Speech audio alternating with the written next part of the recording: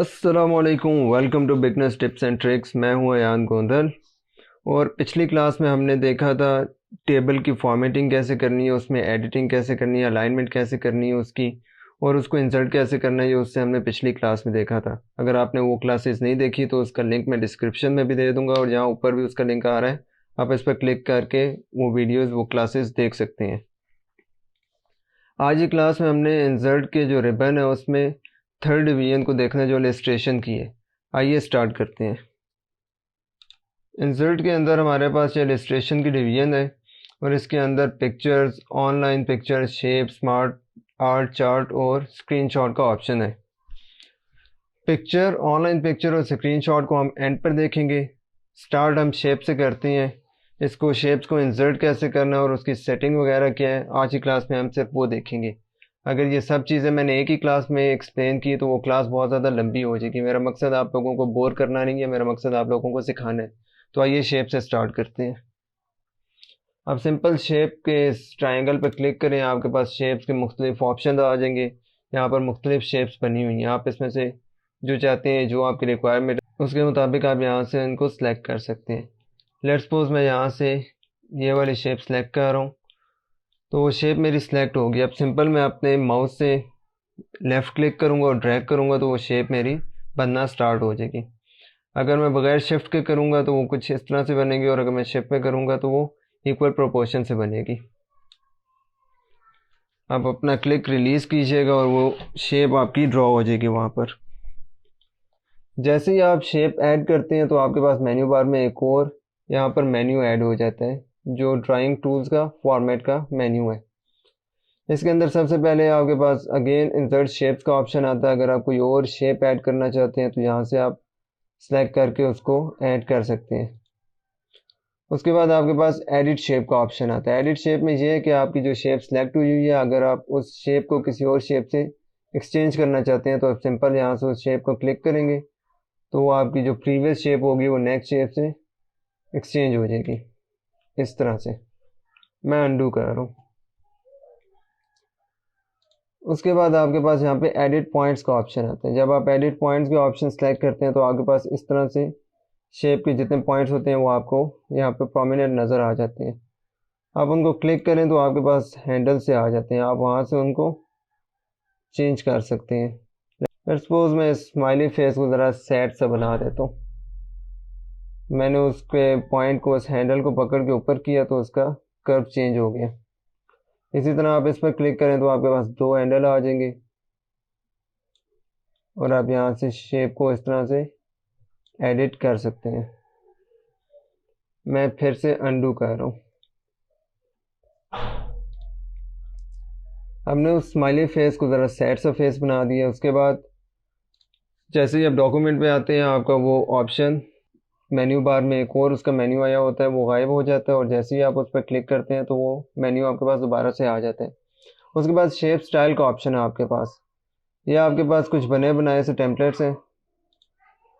मैं अपनी शेप इधर रखता हूँ ताकि उसका प्रीव्यू पे हमें नज़र आ जाए। आप इसमें से कोई स्टाइल सेलेक्ट करना चाहते हैं तो वो भी कर सकते हैं, और यहाँ अदर थीम्स फिल के ऑप्शन में भी कुछ आपके पास स्टाइल्स का ऑप्शन मौजूद है। और अगर आप खुद से कोई स्टाइल देना चाहते हैं तो यहाँ आगे आपके पास तीन से ऑप्शन है। सबसे पहले शेप फिल। शेप फिल से आप उसका कलर चेंज कर सकते हैं, उसमें ग्रेडियंट या टेक्सचर अगर आप ऐड करना चाहें तो वो कर सकते हैं। उसके बाद आपके पास शेप आउटलाइन का ऑप्शन है। शेप आउटलाइन से अगर आप उसकी आउटलाइन का कलर चेंज करना चाहते हैं तो वो कर सकते हैं। उस आउटलाइन का वेट अगर बढ़ाना चाहते हैं तो आप वो कर सकते हैं। एक सेकंड में इसको यहाँ साइड पर रखता हूँ ताकि हमें प्रीव्यू भी नज़र आ जाए। यहाँ से अगर हम वेट साइज़ को इंक्रीज़ करें तो उसका जो आउटलाइन है वो, उसका वेट बढ़ता जा रहा है, वो थिक होती जा रही है। उसी तरह अगर हम उसकी जो आउटलाइंस हैं उसके स्टाइल को चेंज करना चाहते हैं तो वो भी हम यहाँ से इजीली कर सकते हैं। उसके बाद अगर आप कोई एरो वगैरह ऐड करना चाहते हैं तो वो भी इट्स अप टू यू। यहाँ पर जो हमारे पास पहली दो डिवीजन थी, इसमें हमारे पास शेप को एडिट करने के या उसके स्टाइल को चेंज करने के या डिज़ाइन को चेंज करने के हमारे पास ऑप्शन थे। उसके बाद उसमें अगली जो दो डिवीजन है वर्ड आर्ट और टेक्स्ट की, उसमें हम अगर टेक्स्ट को एडिट करना चाहते हैं तो उसके ऑप्शन है। मैं यहाँ से सिंपल एक रेक्टेंगल लेता हूँ और उसको ड्रॉ करता हूँ। याद रहे आप शेप के अंदर कुछ टेक्स्ट भी टाइप कर सकते हैं। लेट्स सपोज मैं यहाँ पर लिख देता हूँ क्लास 5।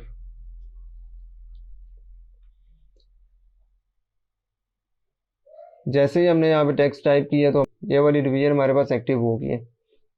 आप सिंपल यहाँ से कोई स्टाइल सेलेक्ट करना चाहते हैं तो कर सकते हैं, नहीं तो आप खुद से भी उसको स्टाइल दे सकते हैं। टेक्स्ट फिल से आप उसका कलर चेंज कर सकते हैं। टेक्स्ट आउटलाइन से आप उसकी आउटलाइन दे सकते हैं और उस आउटलाइन की जितनी भी सेटिंग है उसका वेट अगर आप इंक्रीज़ करना चाहिए डिक्रीज़ करना चाहें तो वो आप यहाँ से कर सकते हैं।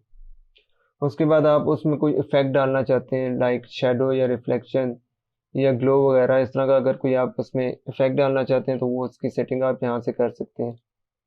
अगर आप इस टेक्स्ट का साइज़ इंक्रीज़ करना चाहते हैं तो टेक्स्ट के लिए सिंपल वही ऑप्शन है जो आपके पास होम के मेन्यू में थे। अगर आपने होम मेन्यू वाली क्लास नहीं देखी तो उसका लिंक ऊपर आ रहा है, उस पर क्लिक करके वो वाली क्लास देख सकते हैं आप। तो इसकी सिंपल अगर आपने साइज़ इंक्रीज़ करना है तो शॉर्ट कमांड से या आप होम के मेन्यू में जाके मैन्युअली इसका साइज़ इस तरह से इंक्रीज़ कर सकते हैं। उसके बाद आगे आपके पास यहाँ पे टेक्स्ट की डायरेक्शन का ऑप्शन आ रहा है कि मतलब आपके टेक्स्ट की डायरेक्शन कैसी हो।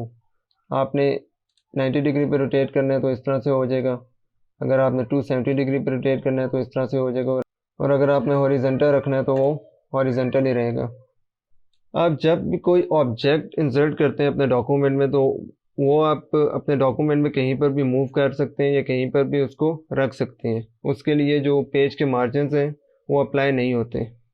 उसके बाद आपके पास टेक्स्ट अलाइन का ऑप्शन आ रहा है।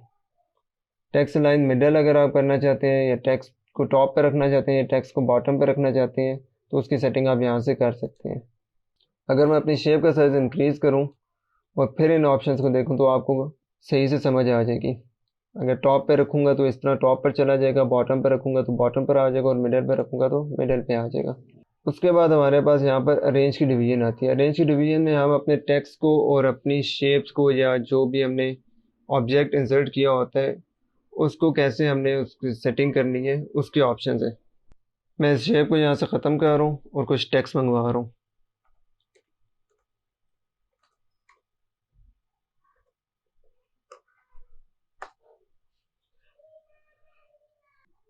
ये मेरे पास टेक्स्ट आ गया और अब यहाँ से मैं इसमें एक शेप ऐड करता हूँ। लेट्स सपोज मैं सिंपल रेक्टेंगल यहाँ से लेता हूँ और उसको ड्रॉ करता हूँ। अब मेरे पास यहाँ पर टेक्स्ट भी है और ऑब्जेक्ट भी है। मैं ये चाहता हूँ कि मेरा जो सा ये ऑब्जेक्ट है जो मेरी शेप है ये यहाँ पर हो और मेरा टेक्स्ट इसके आगे से स्टार्ट हो, तो मैं सिंपल यहाँ पोजीशन में जाके यहाँ से इसकी कोई भी पोजीशन रख सकता हूँ। लेकिन मेरी रिक्वायरमेंट ये थी कि मेरा टेक्स्ट में जो मेरा ऑब्जेक्ट है वो बिल्कुल स्टार्ट पर हो और उसके बाद से टेक्स्ट स्टार्ट हो, तो उसके लिए मैं ये पोजीशन रखूँगा। तो मेरा ये जो सी शेप है वो यहाँ पर है और उसके बाद से टेक्स्ट आगे स्टार्ट हो रहा है। मैं जैसे जैसे इस शेप को मूव कर रहा हूँ वो टेक्स्ट ऐसे ऐसे अपने आप को एडजस्ट कर रहा है। मैं अनडू करता हूँ इसको। उसके बाद आपके पास यहाँ पे रैप टेक्स्ट का ऑप्शन है, मतलब आपने अपनी शेप को अपने टेक्स्ट के साथ किस तरह एडजस्ट करना है ये उसका ऑप्शन है। पहला ऑप्शन हमारे पास जो पोजीशन का था वो ये था कि हमने अपनी ऑब्जेक्ट को अपने टेक्स्ट के साथ कैसे एडजस्ट करना है। अब जो हमारे पास ऑप्शन है वो हमारे पास ये है कि हमने अपने टेक्स्ट को अपने ऑब्जेक्ट के साथ कैसे एडजस्ट करना है। लेट्स सपोज मैं इस शेप को यहाँ से डिलीट कर रहा हूँ और सिंपल एक सर्कल यहाँ से ले रहा हूँ। शिफ्ट दबा के करेंगे तो वो एक्यूरेट इक्वल प्रोपोर्शन से आपके पास ड्रॉ होगा। अब यहाँ से हम इसकी पोजीशन वही वाली रखते हैं जो हमने उस रेक्टेंगल की रखी थी। अब मैं ये चाहता हूँ कि मेरा जो टेक्स्ट है वो इस सर्कल के बिल्कुल साथ साथ से चले, मतलब यहाँ से एक बाउंड्री लाइन बनी आ रही है, इस तरह लग रही है जिस तरह एक स्क्वायर है। मैं ये नहीं चाहता, मैं चाहता हूँ जिस तरह इस सर्कल की बाउंड्री लाइन है मेरा टेक्स्ट भी उस तरह से लिखा है। तो यहाँ से मैं टेक्स्ट रैप में जाके अगर इसको टाइट कर दूंगा तो उस तरह से लिखा आ जाएगा। और अगर मैं ये चाहता हूँ कि मेरा जो शेप है वो टेक्स्ट के पीछे चला जाए तो मैं बिहाइंड द टेक्स्ट करूँगा तो मेरा टेक्स्ट अब ऊपर आ जाएगा और मेरी शेप पीछे चली जाएगी। इसी तरह अगर मैं टॉप और एंड बॉटम करूँगा तो उससे ये होगा कि मेरा जो शेप होगा उसके टॉप पे मेरी शेप जो होगी उतनी एरिया में कोई टेक्स्ट नहीं होगा, उसके ऊपर नीचे टेक्स्ट होगा। तो ये हमारे पास टेक्स्ट को किस तरह एडजस्ट करना है आपने अपनी शेप के साथ, उसके ऑप्शन थे। उसके बाद हमारे पास शेप्स को आपस में एडजस्ट करने की ऑप्शन है। लेट्स सपोज यहाँ से मैं एक और शेप लेता हूँ और इस दफ़ा मैंने यहाँ से स्टार सेलेक्ट किया। स्टार को मैंने ड्रा किया और इसको मैं यहाँ पर रख रहा हूँ और मैंने स्टार का कलर यहाँ से येलो कर दिया।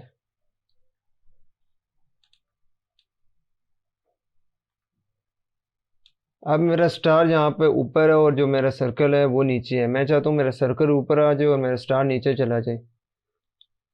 तो उसके लिए मैं इसको सेंड बैकवर्ड भेज सकता हूँ या अपना सर्कल सेलेक्ट करके उसको ब्रिंग फॉरवर्ड ला सकता हूँ। अगर मैं यहाँ से सेंड बैकवर्ड करूँ तो वो पीछे चला जाएगा, और अगर मैं यहाँ से इस शेप को सिलेक्ट करूँ सर्कल को और इसको ब्रिंग अपवर्ड कर दूँ या ब्रिंग टू फ्रंट कर दूँ तो वो ऊपर आ जाएगा। उसके बाद आपके पास यहाँ पर सिलेक्शन पैन का ऑप्शन है। सिलेक्शन पैन में आपने जितनी भी शेप्स यूज़ की होती हैं वो आपको यहाँ पर शो हो रही होती हैं और आप सिंपल उनको यहाँ पर आराम से सिलेक्ट कर सकते हैं और सिलेक्ट करके आप उनको मूव कर सकते हैं या यहाँ से हाइड भी कर सकते हैं। हाइड ऑल करें तो वो तमाम हाइड हो जाएंगी, शो ऑल करें वो तमाम शो हो जाएंगी। आप इस पैनल को मूव भी कर सकते हैं और यहाँ से इसको आप क्लोज भी कर सकते हैं। उसके बाद अगेन आपके पास यहाँ पर ऑब्जेक्ट को अलाइन करने का ऑप्शन है। अलाइन लेफ़्ट करना चाहते हैं, सेंटर, राइट पे, या जैसे भी आपकी रिक्वायरमेंट है उसके मुताबिक आप अपने ऑब्जेक्ट को अलाइन कर सकते हैं। लेट्स सपोज मैं इस सर्कल को अपने टेक्स्ट के सेंटर में अलाइन करना चाहता हूँ तो मैं सिंपल यहाँ से अलाइन सेंटर करूँगा तो वो मेरा सेंटर में आ जाएगा। और इसको मैं चाहता हूँ कि मैं राइट साइड पर अलाइन कर दूँ तो यहाँ से अलाइन राइट करूँगा तो वो राइट पे चला जाएगा। उसके बाद अगर आप यहाँ से रोटेट करना चाहते हैं तो आपके पास रोटेशन के ऑप्शन है। उसके बाद हमारे पास यहाँ पर साइज़ की डिवीजन है। साइज़ की डिवीजन में आप इन शेप की हाइट को और विड्थ को इंक्रीज़ भी कर सकते हैं और डिक्रीज़ भी कर सकते हैं। सिंपल यहाँ पर कोई वैल्यू दे के एंटर कर दें तब भी उनकी जो हाइट है या विड्थ है वो इंक्रीज़ या डिक्रीज़ हो जाएगी। इन बटन्स को दबा के भी आप कर सकते हैं और मैनुअली इस माउस से भी आप कर सकते हैं। आज की क्लास में हमने शेप को इंसर्ट कैसे करना है और उसको एडजस्ट कैसे करना है अपने टेक्स्ट में और उसको एडिट कैसे करना है या उसका डिज़ाइन कैसे चेंज करना है वो हमने देखा है। नेक्स्ट क्लास में हम इलस्ट्रेशन की मज़ीद ऑप्शंस को देखेंगे, और अगर आपने अभी तक चैनल सब्सक्राइब नहीं किया तो प्लीज़ चैनल को सब्सक्राइब करें, बेल आइकॉन को दबाएं ताकि जो ही नेक्स्ट क्लास आए तो आपको नोटिफिकेशन मिल जाए। तो मिलते हैं आपसे नेक्स्ट क्लास में, तब तक के लिए अल्लाह हाफिज़।